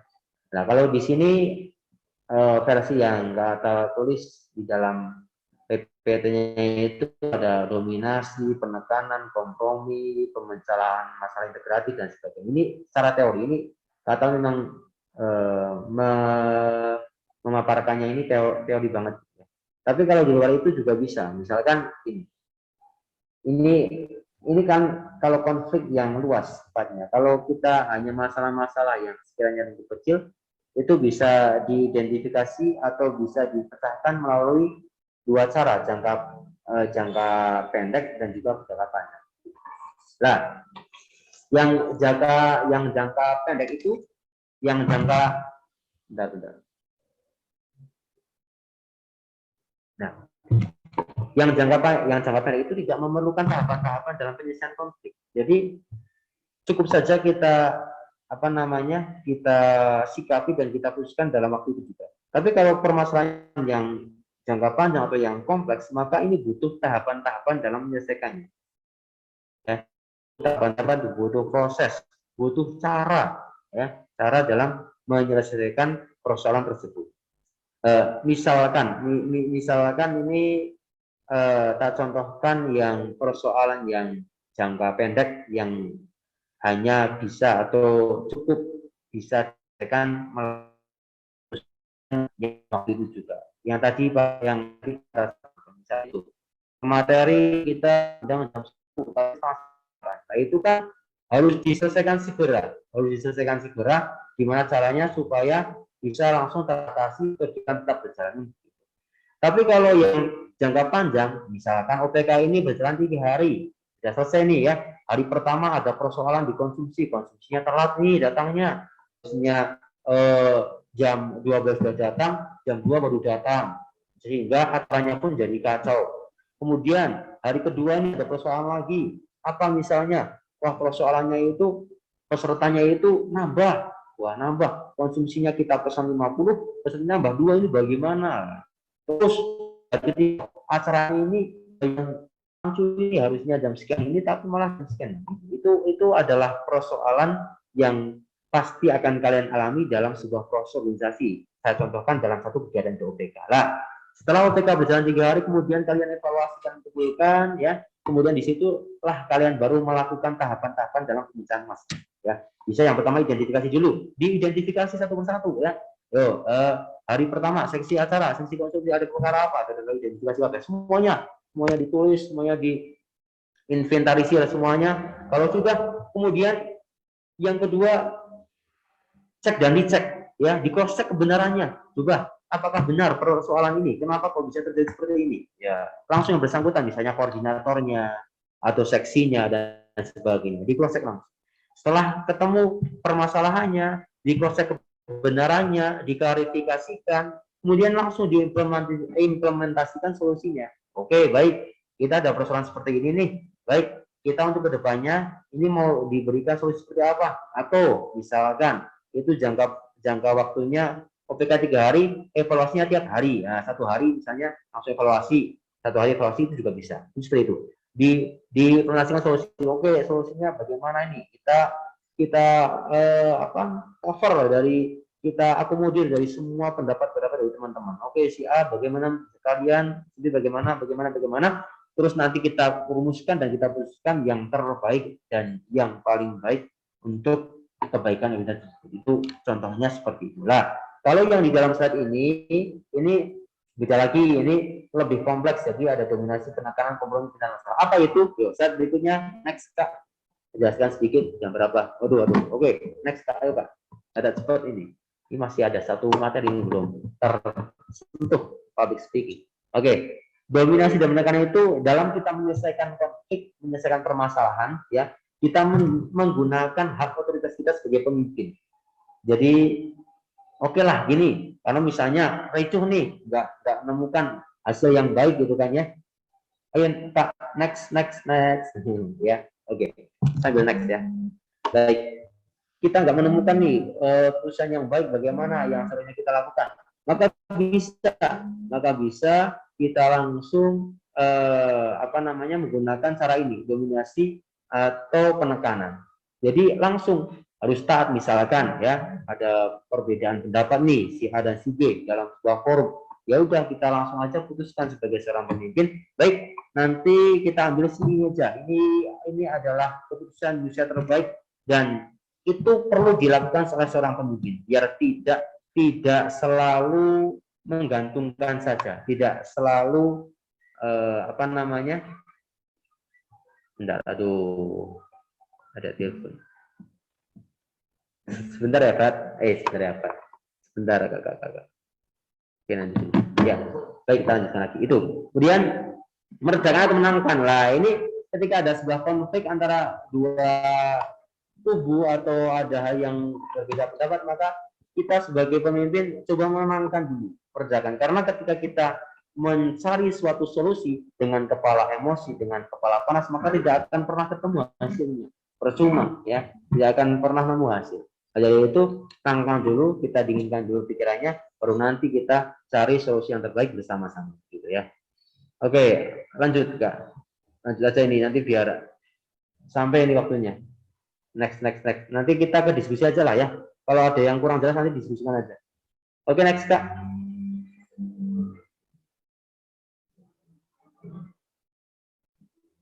Oke, ya ini ya dibaca aja boleh ya. Itu, jadi pemisahan pihak-pihak yang berkonflik dipisah, kemudian nanti suruh mencari argumennya masing-masing, kemudian dipertemukan di tengah, kita cari orang ketiga dan sebagainya. Ini teori banget lah, ini gampang lah. Nanti kita dalami lagi kapan-kapan. Ini waktunya nggak nyukup nanti nggak nyukup. Oke, next Kak. next saja ya. Jadi gitu. Jadi gini, kalau ya sedikit saya gambarkan terkait dengan ini jalan tengah. Jadi kalau nanti ada dua hal yang berselisih, ditemukan di forum lah. Dipertemukan di forum, kemudian satu sama lain silakan beradu argumen. Semarah-marah dan jual di ora pokok. Kalau sudah beradu argumen tetap nggak menemukan hasil, maka nanti diberikan jalan tengah. Mana yang sekiranya paling sedikit menghasilkan resiko dibanding yang lain. Ya.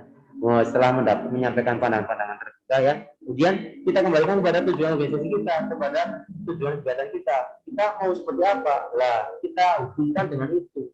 Oh, yang paling rasional itu yang ini kayaknya kok kurang pas. Jadi itu tetap kalau ada apa-apa itu terbuka saja, disampaikan di forum. Kalau ada yang tidak seret, nggak jadi soal. Jadi kalian tidak perlu takut, tidak perlu berkecil hati, tidak perlu minder ketika ada hal yang tidak sependapat dengan kalian di forum. Jangan, justru itulah yang akan melatih kedewasaan kita nanti di organisasi. Kita dilatih untuk berpikir kritis. Dengan cara apa? Dengan cara itu tadi, ya. Kita berani mengungkapkan pendapat di depan. Kita berani beradu argumen meskipun argumen kita barangkali kurang tepat. Tapi nggak jadi itu buat latihan, buat proses gitu. Sama halnya gini, ya. Dulu saya pas waktu SMA ini, saya belajarnya di SMA itu. Ketika ada acara-acara seminar, kemudian OSIS yang suruh mewakili di manapun lah, di banyak tempat gitu dengan siswa-siswa SMA dari SMA lain, itu di situ kadang ada materi kemudian suruh tanya jawab gitu, kayaknya silakan yang mau tanya. Di situ saya pasti menggunakan kesempatan tersebut untuk tanya, meskipun awal-awal dulu juga pertanyaan nggak mutu gitu, bahasanya ngomong takon kok aku orang mutu temen, nggak masalah, itu bagian dari proses. Jadi itu kakak-kakak sekalian, nggak usah canggung, nggak usah takut, nggak usah bingung. Cobalah, ada kesempatan bertanyalah meskipun misalnya pertanyaannya nggak masalah, itu bagian dari proses. Nanti kelamaan akan terbiasa dan akan menemukan ritmenya sehingga kita nyaman, kita tahu, dan kita lebih berpikirnya lebih kritis lagi dan lebih dalam lagi, sehingga ketika kita mengungkapkan pendapat di muka umum, jika kita bertanya di dalam forum, maka akan menghasilkan pertanyaan dan ungkapan-ungkapan yang berkualitas gitu ya. Itu. Oke, next Kak. Ya. Oke. Ini ya lah. Oke. Cukup ini buat bacaan saja ya. Oke, mencegah. Oke, next. Ini enggak cukup nanti waktu. Itu jadi mencegah terjadinya konflik banyak ya, kita bisa baca sendiri di situ di dalam slide-nya. Sekarang yang berikutnya adalah kita coba sedikit singgung terkait public speaking. Ya, ini hal yang sangat penting bagi seorang pemimpin, bagi seorang organisatoris dalam berproses di dalam organisasi yang akan kalian geluti gitu ya. Apa itu public speaking? Public speaking adalah kemampuan yang dimiliki seorang dalam menyampaikan atau mempresentasikan suatu topik di depan umum, di depan halayak.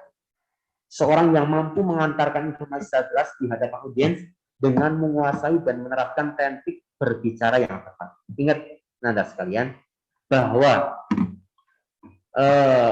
kemampuan kita dalam berbicara di muka umum itu tidak serta-merta hanya ditentukan oleh bakat. Wah, kayak pinter ngomong wong bakate. Tidak.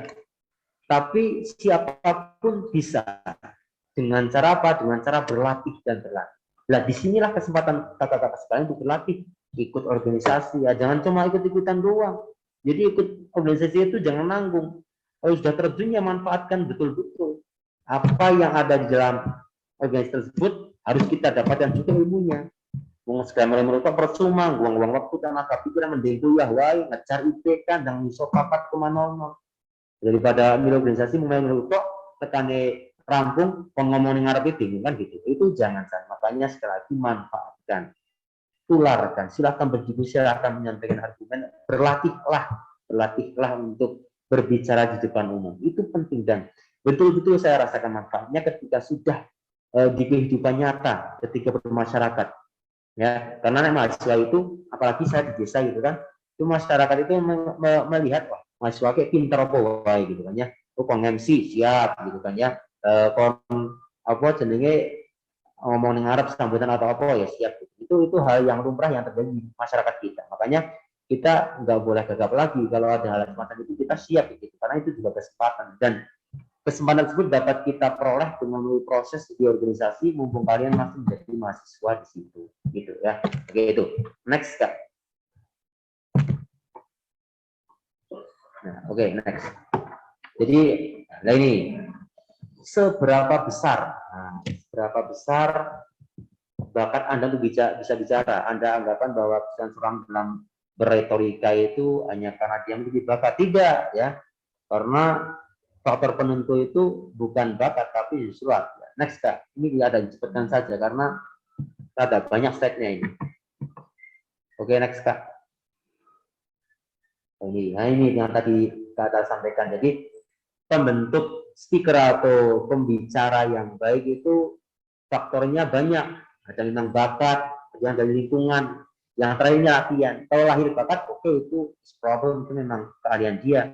Lingkungan mungkin di lingkungannya memang biasa sering seperti itu, dari anaknya pejabat atau anaknya perangkat desa yang begitu dituntut untuk aktif juga di masyarakat, sehingga kita terbentuk dari lingkungan yang terbiasa tampil di depan. Tapi juga ada yang tidak sama sekali, nggak pernah mencoba, nggak pernah berani untuk tampil di depan dan bisa dengan cara latihan. Oke, next Kak. Next Kak. Ya, masalah dalam public speaking, nah ini yang sering terjadi ya. Jadi ada nervous, kemudian teknik.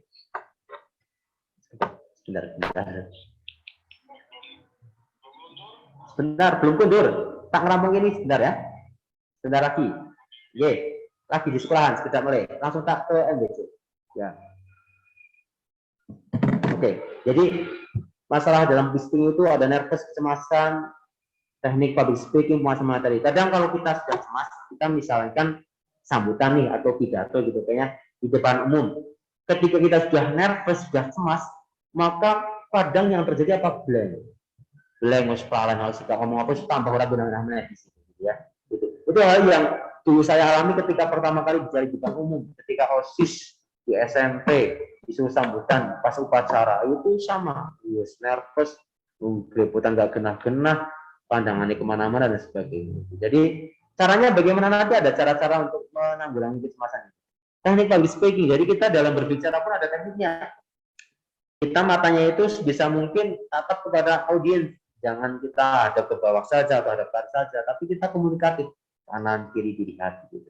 Itu. Kemudian kita berdiri tegak gitu ya, jangan meloyo, harus kata sigap ya. Dan yang terakhir kita harus menguasai materi yang kita sampaikan. Misalnya jadi MC ospek nih ya, ospek kan asik sekali gitu ya. Saya dulu paling suka itu kalau ada ospek ya, yang di depan forum gitu. Itu ya kita juga harus pandai menguasai forum, harus pandai dalam membawa suasana audiens sehingga audiens pun juga terbawa oleh apa yang kita sampaikan. Ini gimana Kak Eka, ini sudah jam segini? Gimana ini sudah jam segini? Kurang 4 menit. Lanjut apa nanti didiskusi aja apa bagaimana? Mungkin bisa lanjut Kak, bisa dipercepat gitu Pak. Oh ya, oke Kak, dipercepat aja ya slide-nya langsung. Tidak saja. Ya, nah ini cara mengatasi hal-hal yang tadi telah kita sampaikan ini, mempersiapkan dan melakukan latihan, mencari pengalaman, melakukan revisi, menganggap teman-teman adalah hal yang wajar. Ini yang paling penting adalah mencari pengalaman. Disitulah yang jarang ditemukan, jarang didapatkan kesempatan itu oleh orang-orang pada umumnya. Makanya kalian termasuk orang pilihan, jadi dimanfaatkan kesempatan tersebut untuk mencari pengalaman sebaik-baiknya terkait terutama dalam hal public speaking, gitu ya, berbicara di depan umum, ya. Tuh, latihannya bagaimana ya? Itu tadi hal yang kecil, hal seperti yang misalnya Kak Eka latihan model apa, ini hal yang kecil, hal yang kecil. Tapi kalau Kak Eka berlatih terus seperti ini, nanti lama-lama akan terbiasa dan bicara di depan orang lebih banyak lagi, akan lebih pede lagi, lebih mantap lagi. Jadi semuanya butuh latihan, proses. Kamu harus mencoba dari hal yang terkecil. Dalam forum misalnya rapat kecil, rapat internal pengurus, gitu kan ya. Rapat pengurus, kamu di bawah memimpin rapat, siap, oke, pimpin rapat, silahkan diarahkan anggotanya untuk membahas apa yang akan diangkat di dalam topik tersebut dan sebagainya, gitu ya. Terus kamu juga sebelum bicara di depan atau tampil itu bisa juga melakukan peregangan fisik, ya. Kamu lemaskan kakinya, nanti atur pernapasan, tarik nafas, keluarkan, hilangkan nervous dan sebagainya. Wih, anggap saja semuanya wajar. Oke, next. Nah, ini ya, jadi ini kudu praktek ya, kudu praktek ini. Nanti kapan-kapannya kita coba. Karena ini daring jadi rada susah ya.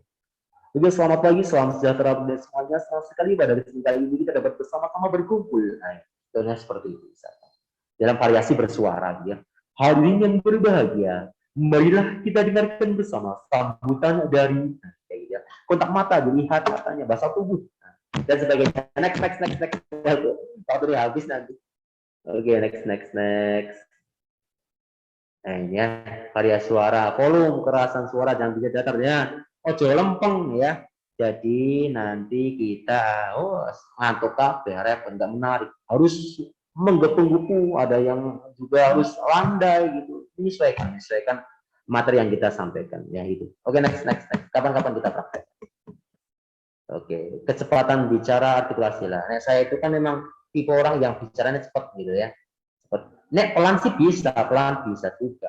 Cuma biasaan cepet ya rasanya kayak asik wae ini ngomong dan sebagainya gitu. Makanya nanti bisa diatur sesuai kebutuhan lah ya.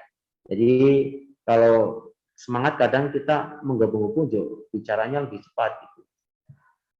Oke, next. Ini nggak begitu penting. Next.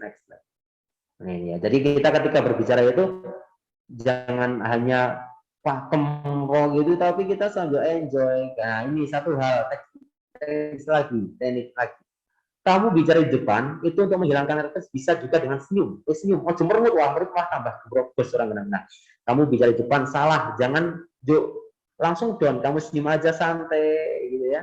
Santai. Nanti insya Allah akan mulai terbiasa dan lebih nyaman hatinya begitu ya, tidak risau, tidak galau lagi, tidak gelisah. Next. Oke, itu ya bahas sendiri lah ya. next. Nanti bisa di copy di teman-teman panitia. Nah ini ya, itu. Jadi kemampuan berbicara itu sangat penting untuk kehidupan kita, terutama sebagai seorang pemimpin. Ya, siapa saja bisa menguasai public speaking. Jika Anda sadar dilahirkan sebagai speaker, maka berlatih dan berlatih. Wih, kata kuncinya. Di mana berlatihnya? Di organisasi. Gitu ya. Kayaknya sudah cukup. Terima kasih untuk kesempatan yang diberikan. Mohon maaf ngelantur panjang lebar hingga lama sekali. Dan waktu seterusnya kami silakan kepada moderator. Next, ini sudah selesai nih. Coba next, ada lagi enggak? Nah, sudah selesai. Ya, silakan Kak Eka. Oke, terima kasih kepada Kak Atta yang telah menyampaikan materinya. Jadi bagi kakak-kakak sekalian yang mau bertanya, ayo silakan bisa lewat kolom chat ataupun bisa raise hand.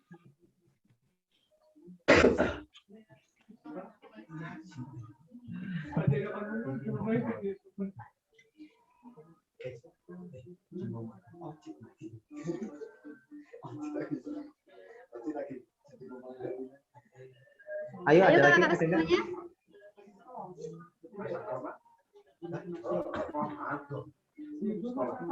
Ada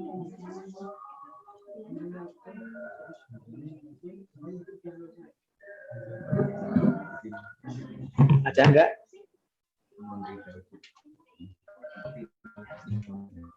Itu ada yang resign Saya ya. Kak.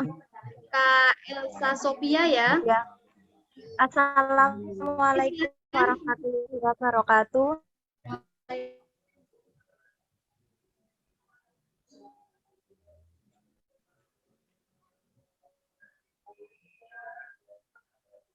Bagaimana cara menghadapi agar kita tidak takut dan cemas? Maksudnya tuh kita tuh bisa percaya diri lagi loh, cemas saat maju.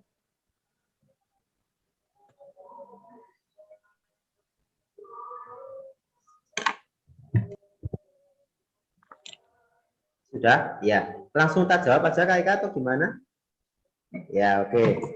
Baik. Bagaimana cara kita menghadapi agar ketika kita tampil depan itu tidak takut, ya cemas gitu ya.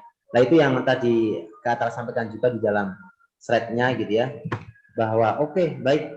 Ada berapa hal yang bisa kita upayakan tapi tidak menjamin bisa menghilangkan itu. Karena sekali lagi untuk menghilangkan segala ketakutan, kecemasan itu butuh proses, butuh latihan. Kalau baru perdana itu wajar, sangat wajar. Siapapun itu orang yang pertama kali berlatih, pertama kali bicara di depan umum, pertama kali bicara di depan banyak orang, pasti akan menemukan yang namanya takut, cemas. Tidak beda pula saya pun sampai sekarang kadang itu ya masih adalah sedikit gitu ya, sedikit cemas, takut itu sedikit, hal-hal yang biasa, lumrah. Padahal sudah bertahun-tahun, sudah lama juga kan berlatih. Tapi ada hal-hal yang bisa kita siasati. Yang pertama itu juga. Jadi ketika kita mau maju, kita mau tampil, itu coba kita mengatur nafas dulu, tarik nafas, santai, atur dulu supaya rasa deg-degan itu sedikit berkurang. Biasanya saya itu dulu itu narik nafas panjang, keluarkan, ya. Kemudian kita coba tenang dengan cara apa? Dialihkan dengan misalnya sebelum kita tampil nih, sebelum kita maju nih ya, kita main apalah yang bisa menghibur kita, misalnya HP, game dan sebagainya. Itu bisa mengalihkan sedikit. Ya, kalau enggak boleh juga baca ulang materi yang akan kita sampaikan atau kita mau perform misalnya ya, coba gerak-gerak lagi begitu ya, kita cek-cek lagi gitu. Terus kita gerakan juga badan kita ya, tangannya kita gini-gini kan biar lemes gitu ya, terus kakinya juga gitu ya, terus ketika kita tampil depan ya, sebisa mungkin semantap saja hadapnya itu. Kalau belum berani untuk menghadap audiens, kita tatap saja suatu hal yang kosong, misalnya di tengah, terserah apapun itu, sambil bicara, atau yang penting jangan ke bawah. Naik ke bawah itu sangat kelihatan kalau kita itu tidak percaya diri. Tapi lihat ke depan, meskipun yang kita lihat itu bukan audiens, tapi apalah yang sekiranya di situ tidak mengganggu konsentrasi kita dalam kita tampil di muka umum. Begitu. Jadi sekali lagi, takut cemas itu lumrah, dan untuk bisa menghilangkannya melalui latihan. Dengan cara apa? Yaitu kamu ikut organisasi, berdiskusi, ikut kegiatan ini dan sebagainya. Ketika di dalam kampus, pas pembelajaran atau pas perkuliahan, kan sering itu ya dosen ada presentasi makalah lah. Di situ juga kesempatan buat kalian belajar ya, beradu argumen, bertanya. Sekali lagi, tanggalkan perkara itu mutu atau tidak mutu, berbobot atau tidak berbobot, sudah dibahas atau belum dibahas, tanggalkan. Kita latihannya yang penting wani ngomong sih. Itu aja kira-kira singkatnya ya. Oke, mau nggak ada lagi nggak? Makasih Pak. Assalamualaikum warahmatullahi wabarakatuh. Oke, terima kasih kepada Kak Elsa Sophia yang telah menyampaikan pertanyaannya, dan kepada Kak Atal yang telah menjawab pertanyaannya. Masih dibuka nih pertanyaan satu lagi, siapa yang mau tanya?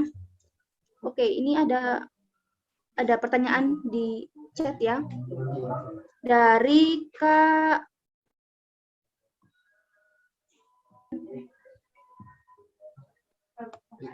Ekawati. Assalamualaikum Kak, bagaimana nih cara menilai seseorang pemimpin dan kankah seorang pemimpin bisa dikatakan sebagai pemimpin yang baik? Semoga kepada Kakak Atal untuk menjawab pertanyaannya. Oke, gimana pertanyaannya? Ada di apa chat ya? Iya, ada di chat. Nah, tak lihat dulu chatnya. Oh, mana ini? Chat.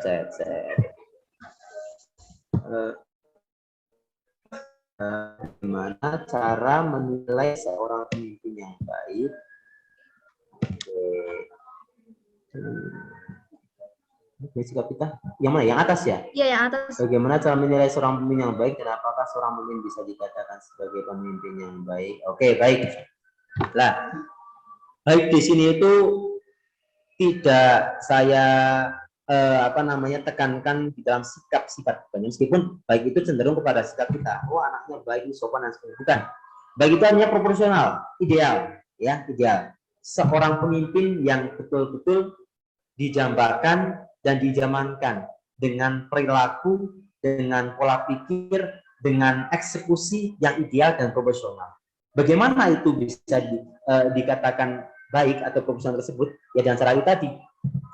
Dilihat apakah pemimpin tersebut dalam mengelola, dalam mendampingi, dalam mengarahkan sesuai dengan tujuan organisasi apa tidak.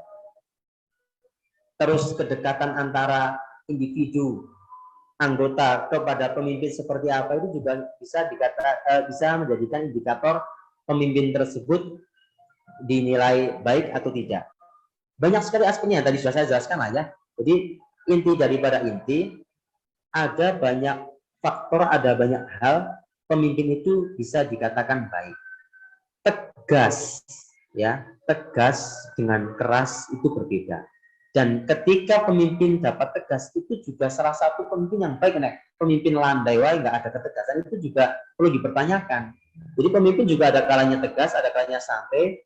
Ya itulah, menyesuaikan kondisi. Tapi ingat, tegas bukan berarti keras. Ya, keras itu lebih kepada kata-kata yang kasar, tindakan-tindakan anarkis secara fisik dan sebagainya. Tegas tapi di dalam memutuskan suatu perkara itu langsung kasar, tidak perlu banyak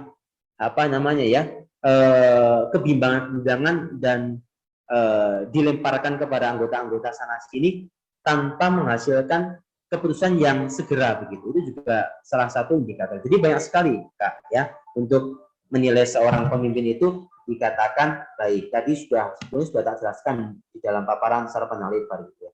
Nah, kapankah seorang pemimpin bisa dikatakan sebagai pemimpin yang baik? Ya ketika bisa menilai tersebut mencapai apa tujuannya. Ya. Terutama ini, yang paling penting saya pribadi itu pemimpin dikatakan baik itu ketika dia bisa, yang satu ya, bisa membawa organisasi dari proses awal pembentukan sampai akhir secara komitmen. Dibuktikan dengan apa? Dengan adanya anggota atau pengurus yang tetap kompak, tetap solid.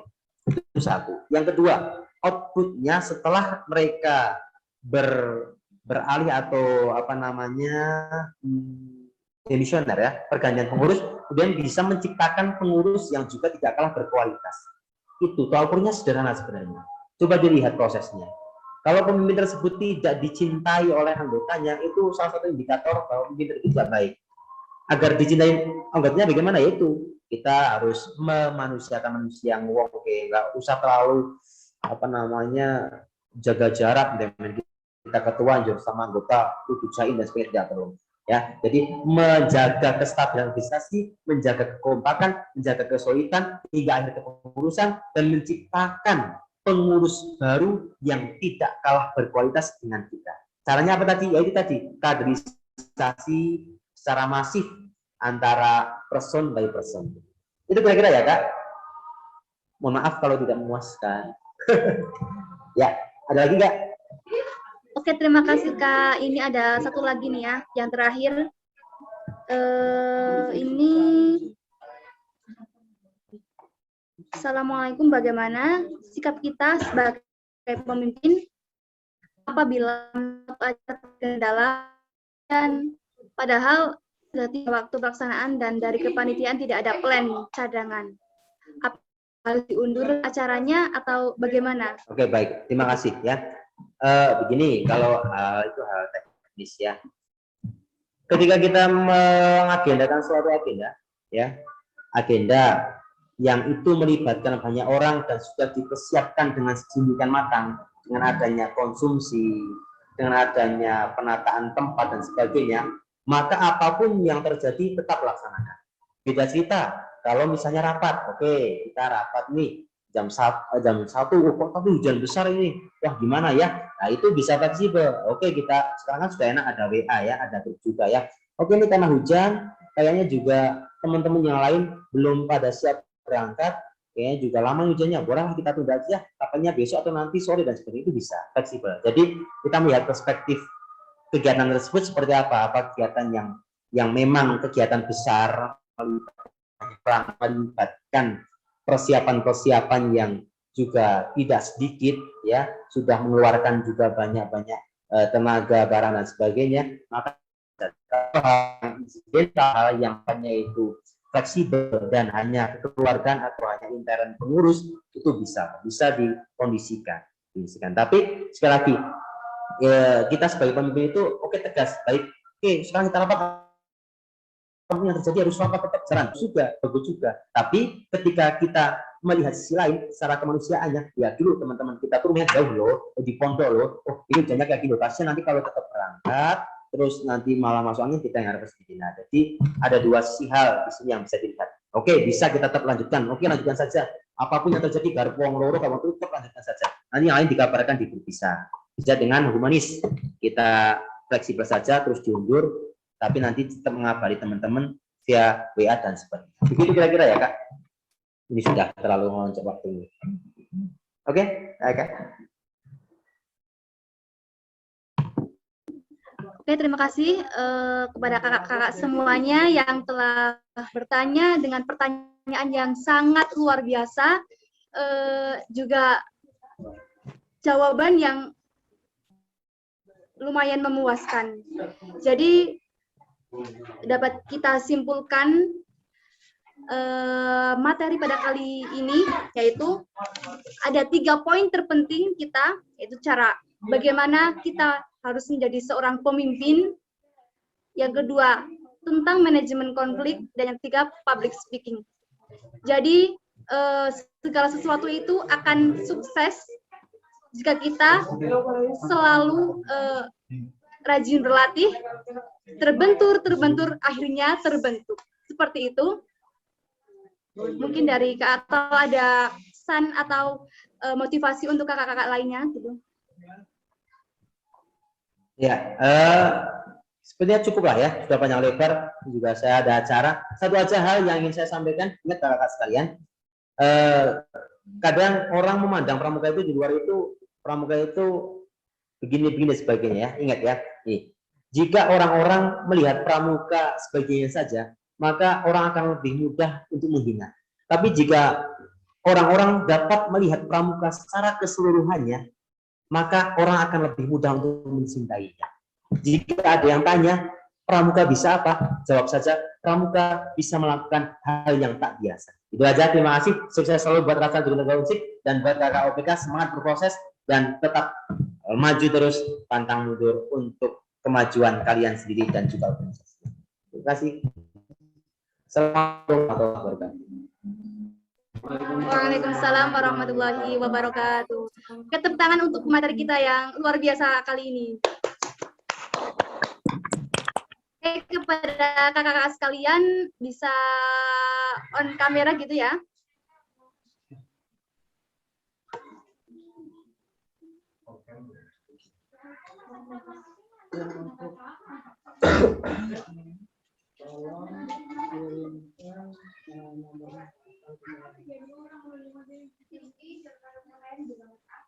Oke, ayo yang belum on kamera, silakan.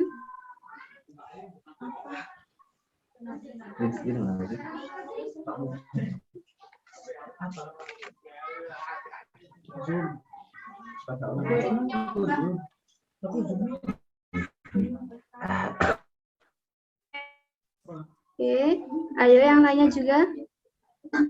Maaf Kak, punya saya nggak dengan.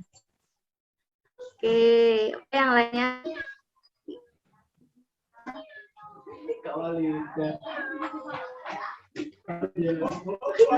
Kawin Setianingsih dari Sangga 2.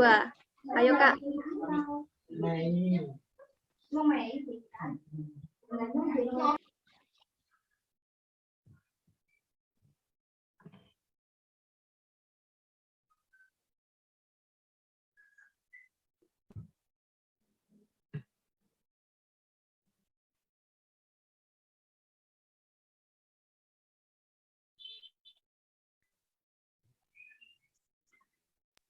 Oke semuanya, ayo kita screenshot bareng-bareng ya. Ayo. Ayo dong, yang lainnya juga.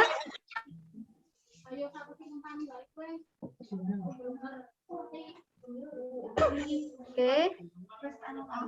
Kita foto bareng-bareng ya. Action semuanya. 1, 2, 3. Oke. Terima kasih. Terima kasih Kak Atta telah menjadi motivasi kita pada sore hari ini sehingga kita dapat pandangan kita ke depannya, kita mau gimana, apa yang mau kita lakukan. Terima kasih banyak Kak. Izin live ya Kak, saya ada acara, mohon maaf, monggo dilanjutkan. Iya, Salam buat Kak Gigi dan Kak Amira, Arima. Hafsah Armi. Terima kasih. Oke.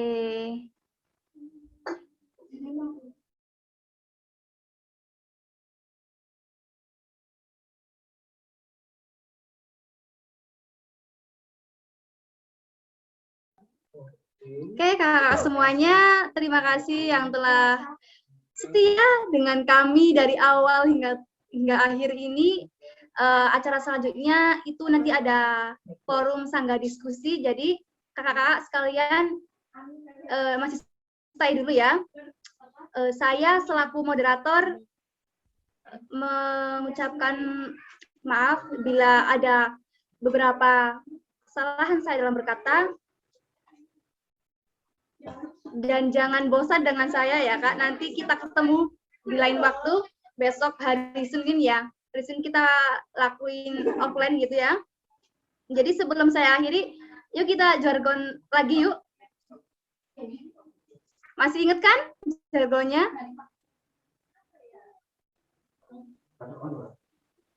Oke ya, masih inget kan?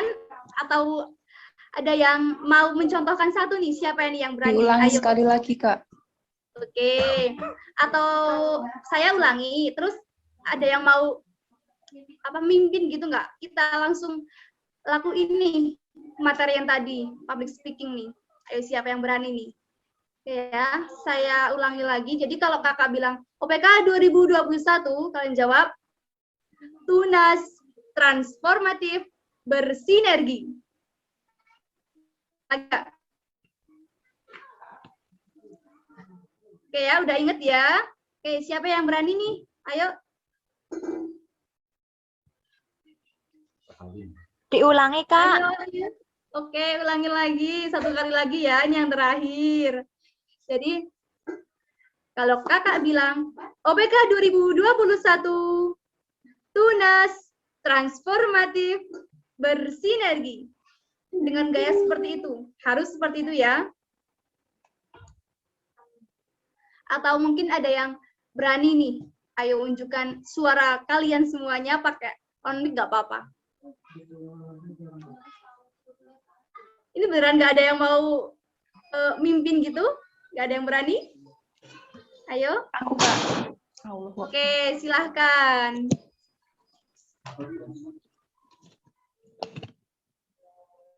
Semuanya berarti di itu ya, Kak? Di apa namanya? Mikrofonnya dihidupkan nggak? Iya, dihidupkan, ayo.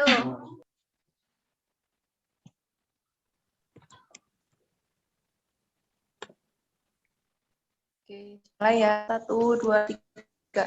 OPK 2021.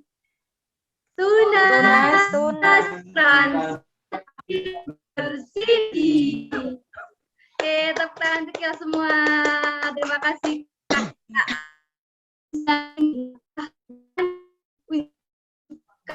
penampilannya sebagai pemimpin UPK, jargon UPK ini. Jadi besok masih ada materi lagi ya, jadi tetap semangat buat acara besok. Jangan lupa resumen itu nanti kalian tulis, kalian setorkan ke pendamping masing-masing. Tanpa berbasa-basi lagi, saya selaku moderator pamit undur diri. Untuk acara bisa saya kembalikan kepada